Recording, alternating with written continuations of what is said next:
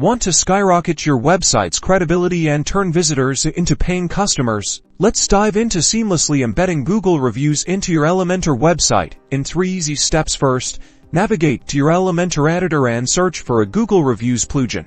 There are a number of free and premium options available that work very well with Elementor. Once you've compared the options, install and activate your plugin of choice. For this tutorial, we are using Plugin X from the Elementor widget options. Simply drag and drop the Plugin X widget onto the section of your page where you want the reviews to appear, such as your homepage, testimonials page, or even your product pages. Now, grab your Google Place ID, which you can easily find by searching for your business on Google Maps and copying the unique identifier from the URL. Paste that Place ID into the plugin settings within Elementor. Customize the look and feel of the review displayed to match your website's design, adjusting colors, fonts, and the number of reviews shown. And that's it.